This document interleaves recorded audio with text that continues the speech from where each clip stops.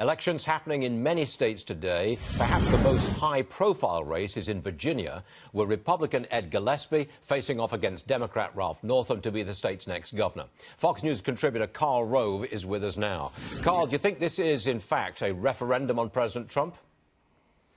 Well, to some degree, but let's not overstate how much it is.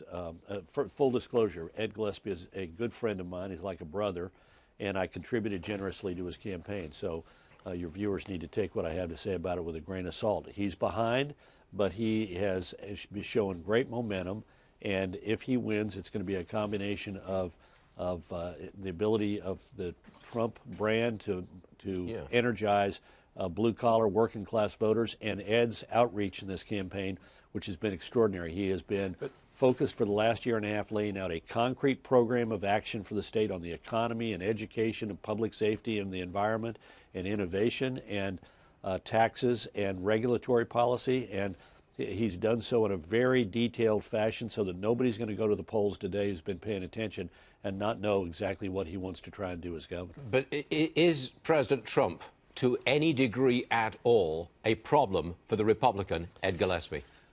Well, yes, in this sense. Virginia is the only southern state to have voted for Hillary Clinton by about 5 points. Yep.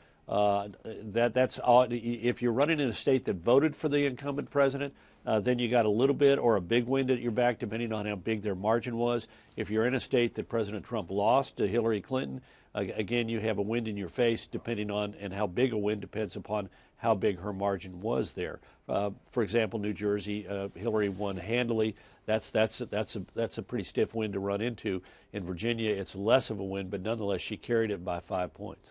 What about the West Coast? I hear talk that with today's elections, especially some smaller municipal elections, the left, the Democrats, could have a clean sweep up and down the West Coast. Washington, Oregon, California, they run government all up and down the line and would therefore become the geographic as well as political opposition to President Trump. Well, I think there's a little bit of an exaggeration on the part of the left because, look, they already run most of the West Coast. The key race here is in Washington State, in the suburbs of Seattle. The Republicans control the state Senate in Washington State by 1 vote. A Republican senator died last fall. There's a race in suburban Seattle.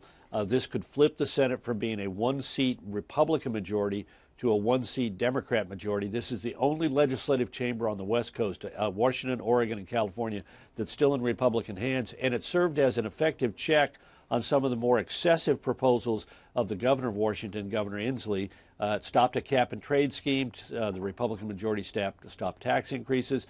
Very interesting race where we have 2 women running against each other, both Asian Americans, and literally the control of the state Senate is going to come down to this 1 seat, and more money has been spent in this state Senate election in suburban Seattle than in any race for the legislature in the history of Washington State. That says a lot. Millions. I've got 20 seconds left, and I've got this one question for you, Karl. In my lifetime, now I'm in my late 60s, in my lifetime, will there ever be a statewide election in California that goes to the Republicans? Well, it depends on how long you live. Okay, and give me 20 years. Well, maybe not, but could be, because we've seen it in the last 20 years. It's going to take Democrats being in disarray and Republicans to take advantage of this weird system they have in California where the top 2 vote getters, regardless of party, go into the general election. There could be a way to get into a general election contest between a very unpopular Democrat and a Republican who's capable of splitting the Democratic vote. But it's a tough state, and the Republicans have a slow rebuilding effort. Yes, sir. Karl Rove, thanks for joining us, sir. We appreciate it. Good stuff.